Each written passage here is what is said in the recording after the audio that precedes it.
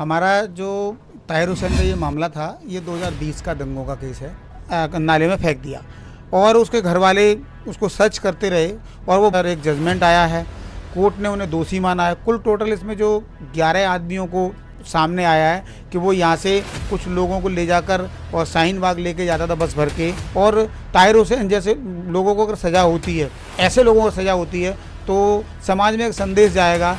तो इस तरह से कुल मिला के दंगों में लोगों को काफ़ी लोग और 758 FIR टोटल इसमें हुई थी।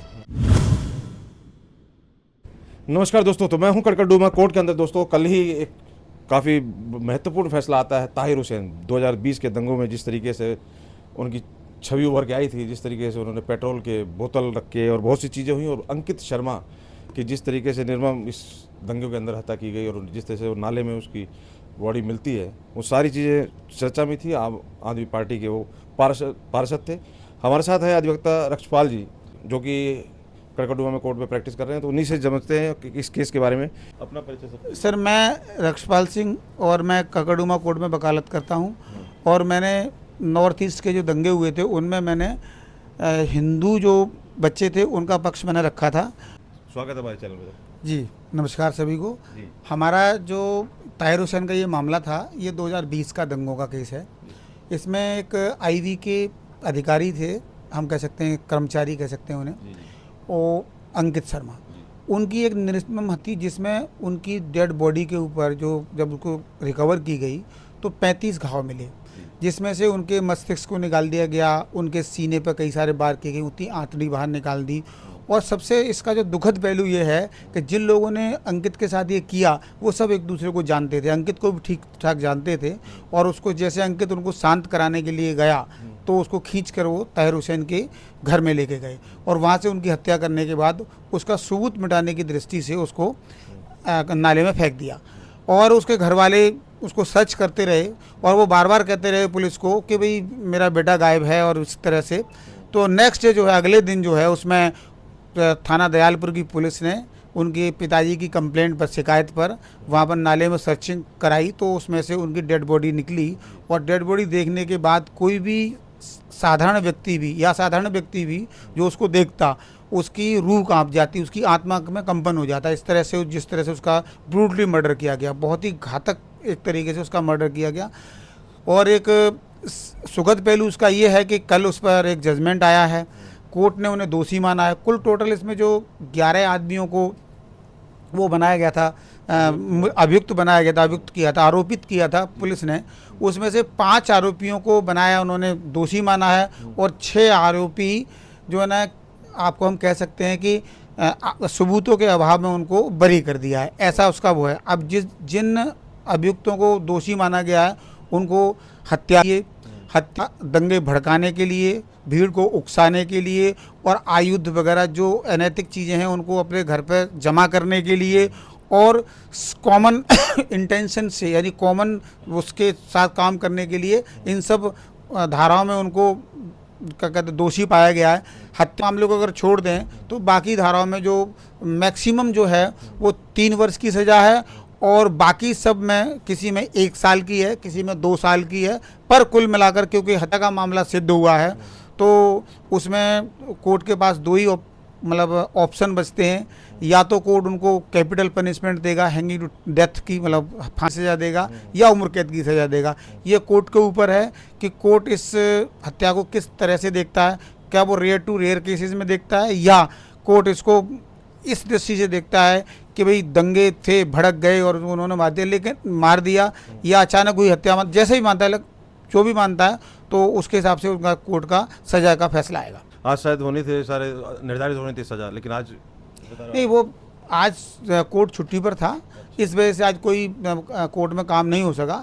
लेकिन क्योंकि प्रोसिक्यूशन जो है ना वो पूरा अपना बताएगा कि ये प्लान के साथ प्री मर्डर प्लान करके दंगे भड़काए गए, प्लान करके मर्डर किया गया, प्लान करके लोगों के संपत्ति को नुकसान पहुंचाया गया, सारा कुछ। क्योंकि ऐसा भी ताहिर हुसैन के बारे में सामने आया है कि वो यहाँ से कुछ लोगों को ले जाकर और शाहीन बाग लेके जाता था बस भर के, और उसने पहले से ही अपने घर पे पत्थर रोड़ी वगैरह के ट्रक वगैरह मंगाए थे। उसने पहले से ही अपने घर पे पेट्रोल बम और क्या कहते हैं, वीडियो आई थी काफ़ी हाँ, ये सब चीज़ें जो है ना उसके एक बहुत बड़ा सबूत है उसके अगेंस्ट। और ताहिर हुसैन जैसे लोगों को अगर सज़ा होती है, ऐसे लोगों को सज़ा होती है, तो समाज में एक संदेश जाएगा कि आप गलत करके बच नहीं सकते। इसलिए ताहिर हुसैन को सज़ा होना को मतलब इन दंगों के लिए एक मील का पत्थर साबित होगा। बाकी कुल मिला के 53 लोगों की इसमें हत्या थी पूरे दंगों में, जिसमें 18 लोग जो थे वो एक समाज के थे और 36 लोग एक समाज के थे। तो इस तरह से कुल मिला के दंगों में लोगों को काफ़ी लोग और 758 FIR टोटल इसमें हुई थी। तो क्या मेन दो चीज़ें, एक तो वीडियो वायरल हुई जिस तरह से उनके घर से छतों से निकला, वो उसको खुद की वीडियो भी आई भागता हुआ, काउंसलर हैं आम आदमी पार्टी के, अब तो शायद उनको निकाल दिया था उस टाइम।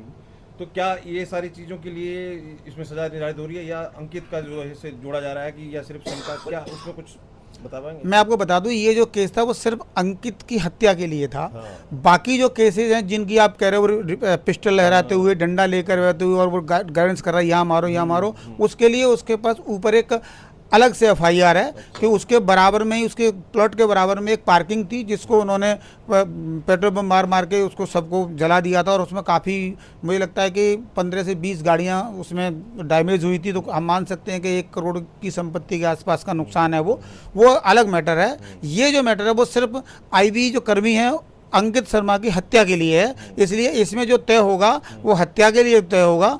और मुझे लगता है कि कोर्ट लीनिएंट व्यू अगर नहीं रखता है तो इसमें कैपिटल पनिशमेंट की उम्मीद मैं तो कम से कम कर सकता हूँ। तो क्या लग रहा है, ताहिर हुसैन मतलब डायरेक्ट इन्वॉल्व होता दिखाई दे रहा है इसमें हत्या में, या किसी से कराया है? बिल्कुल बिल्कुल बिल्कुल, जिस समय उसको खींचकर उसके घर में लेके गए थे उस समय ताहिर हुसैन घर में मौजूद था। तो डायरेक्टली, क्योंकि 147, 148 और 149 ये कहती है कि भीड़ के द्वारा किया गया काम, अगर आप उस भीड़ का आप हिस्सा हो तो ये माना जाएगा कि वो कृत्य आपने किया है। तो इसे ताहिर हुसैन अपने आप को उससे अलग नहीं कर सकता, क्योंकि उसके वीडियो आ रहे हैं जिस समय की हत्या का टाइम है उसके हिसाब से वो छत के ऊपर मौजूद है। और उसके लेकिन यहाँ तो इसमें ये आरोप में मतलब एविडेंस में ये आया गवाही में कि वो हत्या के समय वहीं नीचे बेसमेंट में मतलब नीचे मंजिल पर ही मौजूद था। तो उनके पक्ष के वकीलों का क्या दलीलें थी, किस तरीके से उन्होंने बात काउंटर कैसे किया, क्या वो बता रहे हैं किस तरीके? नहीं, वो उनका तो ये था कि भाई भीड़ इनके घर पर भीड़, उनका जो मूल जो इसमें था वो ये था उनका कि उनका ये था कि भीड़ ने उनके घर पे कब्जा कर लिया। और भीड़ जो है ना अपने साथ पत्थर पेट्रोल बम वगैरह सब लेकर आई। इसमें ताहिर हुसैन का कोई रोल नहीं था। उनका ये सीधा ये था कि जो भीड़ वहाँ पर मौजूद थी उस भीड़ ने निगम पार्षद ताहिर हुसैन के मकान पर कब्जा कर लिया। ये और ताहिर हुसैन तो उनसे ही लड़ता, मतलब उनको बाहर निकालने के लिए या उनके करने के लिए। और उसने ये भी कहा कि मतलब ये भी आया कि ताहिर हुसैन ने कई सारे जो क्या कहते हैं वो कॉल जो है पुलिस कॉल भी किए, ऐसा भी इसमें आया। लेकिन कोर्ट ने उन सब बातों को माना कि ये डिफेंस तैयार करने की एक टैक्टिस थी। आपको विक्टिम बताने की कोशिश की जा रही है। अपने डिफेंस को तैयार करने की एक टैक्टिस थी, इस कारण कोर्ट ने उसको मतलब उसके पक्ष को नहीं माना। तो क्या लग रहा है आगे उनकी कुछ आगे जिस तरह से अभी कन्विक्शन की बात हो रही है या मतलब निर्धारित होने वाली सजा, तो आगे कुछ आगे हाई कोर्ट में या उस तरीके की बात है? वो बात आपकी बिल्कुल ठीक है। ये जिला न्यायालय है, इसके किसी भी आदेश की हम अपील हाई होता है ना कि इतना केस मजबूत है या इतना सब चीज़ें हो रही हैं कि आगे जाने का कोई मतलब लगता नहीं है कुछ चांस, कोई फल नहीं, ये आजकल एक परंपरा सी बन गई है कि डिस्ट्रिक्ट कोर्ट में अगर कोई भी फैसला कितना ही मजबूत अगर होता है तो उसको हाई कोर्ट में अपील जरूर करते। उसकी वजह ये है कि टाइम गेन करना है किसी आदमी को। अगर फांसी की सज़ा हो जाती है और मान लो 5 साल और 5 साल 10 साल अगर सुप्रीम कोर्ट और हाई कोर्ट में लग जाते हैं तो उसके बाद वो राष्ट्रपति के पास जाने का ऑप्शन होता है। तो इस तरह से कुल मिलाकर हम ये कह सकते हैं कि उसकी फांसी की सज़ा को टालने का, गेन करने का तरीका होता है। अगर उम्र कैद भी है तब भी आदमी आम को तो करता ही है। तो अंत में ये कि इतना टाइम 6 साल करीब हो गए यहाँ तक आने में, क्या कारण रहे होंगे? क्या मेन कोई क्या इतने सबूतों के अभाव या इतना मतलब जो चीज़ें होती है, जो ट्रायल होता है, जो जांच वगैरह, इसमें टाइम इतना कोई लग रहा था? नहीं, ये तो जो कोर्ट थी वो फास्ट ट्रैक कोर्ट थी, स्पेशल कोर्ट बनाई थी। 6 साल लगे हैं दंगों के लिए स्पेशल कोर्ट बनाई थी। दो डिस्ट्रिक्ट में दंगे थे मूलतः, शाहदरा में और क्या नाम है नॉर्थ ईस्ट में। तो 2 कोर्ट थी, एक 58 नंबर कमरे में समीर वाजपेयी जी की कोर्ट है और एक प्रवीण सिंह जी की कोर्ट है जो 56 नंबर में है। और क्योंकि सारे ट्रायल 90% ट्रायल जो थे वो आगजनी वगैरह के थे, तो वो सेशन ट्रायल ही थे। अभी तो जो एमएम ट्रायल हैं, जो सादरा एमएम के यहाँ चल रहे हैं और क्या नाम है नॉर्थ ईस्ट के एमएम के सीएमएम साहब के यहाँ चल रहे हैं, वो तो अभी तक उनका तो कोई अता पता ही नहीं, क्योंकि हमारे सीएम साहब कोई भी वो होते हैं सीजीएम साहब, वो साल भर 6 महीने से ज़्यादा रुकते नहीं है, ट्रांसफ़र हो जाता है, तो उनका तो बहुत बुरा हाल है। ये कम से कम फास्ट ट्रैक कोर्ट थी, उसके बाद भी इसमें इतना टाइम है इसलिए लगा समय क्योंकि जो इनके डिफेंस काउंसिल थे वो बहुत सारे ऑर्डर्स को उन्होंने सुप्रीम कोर्ट्स में क्या कहते हैं सॉरी हाई कोर्ट में अपील की, फिर सुप्रीम कोर्ट में चैलेंज किया और उसके बाद इन्होंने काफ़ी लंबी चार्ज पर भी बहस की। तो इस तरह से एक उमर खालिद वगैरह जो भी ये एक टाइप का मामला है, ये सारे के सारे जो है ना हर छोटे से छोटे ऑर्डर को सुप्रीम हाई कोर्ट में चैलेंज करते थे, फिर उसको सुप्रीम कोर्ट में चैलेंज करते थे। तो जिस तरह से जंतर मंतर था ही। और उसके नहीं उन्हें मैं तो कानून की बात करूंगा, जंतर मंतर से तो खैर इस कानून पे कोई फर्क नहीं पड़ता, बैठ जाते हैं वहाँ पे भी। नहीं उससे कानून पे कोई फर्क नहीं पड़ता, लेकिन क्योंकि अपील में अगर चले गए हैं तो आप नीचे जो है ट्रायल में स्टे हो जाता है, उसमें नहीं चल पाता है। मान लीजिए चार्ज लगाया, चार्ज के खिलाफ अब सेशन हाई कोर्ट चले गए, तो जब तक वो कुछ नहीं कहेगा, हाई कोर्ट कुछ नहीं कहेगा, तब तक नीचे ट्रायल शुरू नहीं होगा। तो इस तरह से इन्होंने जानबूझकर लिंगर लोन करने की कोशिश की और जिस तरह से ये टाइम लगा 6 साल का, हालांकि इनको पहले दिन से ये पता था कि हमारे खिलाफ केस मजबूत है और हम जितना इसको टाइम निकाल लेंगे उतनी ही हमारे क्लाइंट के लिए और हमारे लिए अच्छी बात होगी। तो ताहिर हुसैन का मौजूद था कल सुनाई के टाइम? हाँ बिल्कुल, ऐसा ताहिर हुसैन की सज़ा की उनको दोषी सिद्ध करने के बाद उनकी आंखों में आंसू भी आए। अच्छा, आंसू भी आ गए? हाँ, लेकिन अब मेरी समझ में ये नहीं आया कि करने कि आपने जब किया है तो आपको आंसू किस लिए। कुरान तो ये कहती है कि भाई आपने बलिदान मतलब आपने लोगों का हलाल कर दिया या आपने जिहाद कर लिया, तो अब रोना पछताना किस लिए। पर कुल मिलाकर मैं ये सब नहीं कहूँगा, कुरान ने और इससे कुछ लेना देना नहीं है। गुमराह करके लोगों को आप सड़कों पर ले आते हैं और उसके बाद जो है ना जब पब्लिक भड़क जाती है, अभी तो रतनलाल है जो हेस्ट कांचो, उसका फैसला आना भी बाकी है, वो भी अभी अंतिम सुनवाई की तरफ चल रहा है। उसमें कुछ मुझे लगता है 5 से 6 गवाह बाकी है, बाकी वो भी चलने वाला है। तो कहीं ना कहीं जिस तरीके से चीज़ें वीडियो फुटेज जो आई मीडिया में काफ़ी सर्कुलेट हुई, साफ दिखाई दिया ताहिर हुसैन भागता हुआ करता हुआ, जो कुछ भी सारी चीज़ें, उसके बावजूद भी 6 साल लग जाना और फास्ट ट्रैक कोर्ट में आप कह रहे हो, तो क्या उम्मीद करें? आप थोड़ा एडवोकेट हैं, आप क्या लग रहा है कब तक हो पाएगा सारी? नहीं देखिए मैं कोर्ट में, क्योंकि मेरे पास तकरीबन 92-93 FIR थे, हमारे पास अब कुल 6 रह गए हैं। तो ये तो मैं कहूँगा कि कोर्ट ने बहुत तेज़ी से काम किया है। कोर्ट ने प्रतिदिन सुनवाई की है और पूरे दिन सुनवाई की है, लेकिन क्योंकि लेंथी गवाह होने की वजह से, केस लंबे होने, मर्डर केसेस वगैरह होने की वजह से उसमें लेंथी गवाह होती है, लेंथी क्रॉस होती है। मैं इस मामले में जो मैं दंगों के मामले से खुद भी जुड़ा रहा हूँ, तो मैं ये नहीं मानता कि कोर्ट ने कोई अननेसेसरी कभी कोई डेट दिया हो, कभी कोर्ट छुट्टी पे चला गया हो, कोई या 10 से 15 दिन कोर्ट नहीं आया हो। कोर्ट का मैंने ऐसा देखा है कि सवेरे कोर्ट छुट्टी पर है और दोपहर के बाद कोर्ट काम कर रहा है।